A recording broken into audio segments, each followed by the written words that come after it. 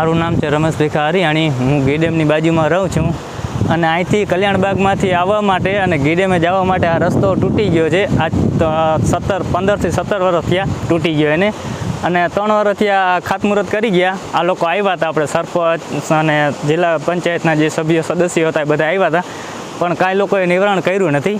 એટલે આપણે એને બંને લોકોને કહેવાનું થાય છે કે જેમ બને એમ વહેલું આ પુલિયાનું કરો, કેમ કે અમારા છોકરાઓની ભણતર બગડે છે. અત્યારે કઈ રીતના પસાર થવું? અત્યારે જો અહીંથી છોકરા 4 પગે હાલીને જાય છે, બૈરા હોય કે છોકરા હોય કે અમુક મોટા હોય, પણ અહીંથી બધા એવા તકલીફમાં જાય છે. કદાચ આનો કોઈ પડી જાય કે મરી જાય એની જવાબદાર અમે છીએ કે સરકાર છીએ?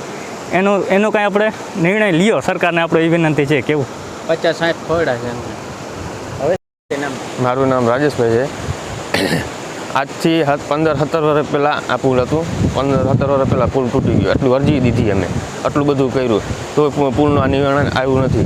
અત્યારે અમારા જે ગીડેમનો જે અત્યારે ઘાટીઓ ચાલે ને, એટલે એમાંથી પાણી માથેથી પસાર થાય એટલે વારે ફેરા પુલ તૂટી જાય અમારો, વારે ફેરે એ જે બેડ નાખીને વયા જાય ને પાછા આવતા નથી ને એવું છે. અને 3 વર્ષ પહેલાં ખાસ મુહૂર્ત કરી ગયા, જિલ્લા પંચાયત જીવ હોય, સરપંચ હોય કે જીવ હોય, 3-4 વર્ષ પહેલાં મુહૂર્ત કરી ગયા. અત્યારે એ રસ્તો પાછું નિવારણ આવ્યું નથી.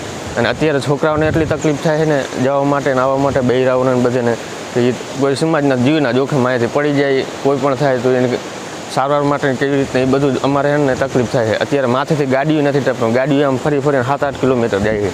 અત્યારે આટલી તકલીફ છે. તો સરકારને એટલે નિવેદન છે કે જેમ બને આ પુલનું અમારે નિવારણ કરાવો. અમે કાંઠે કેટલા લોકો રહીએ છીએ? અમે કાંઠે 300થી 570 જેટલી પબ્લિક છે. તમામને અવર જવર માટે અહીંયાથી પાઇપ ઉપરથી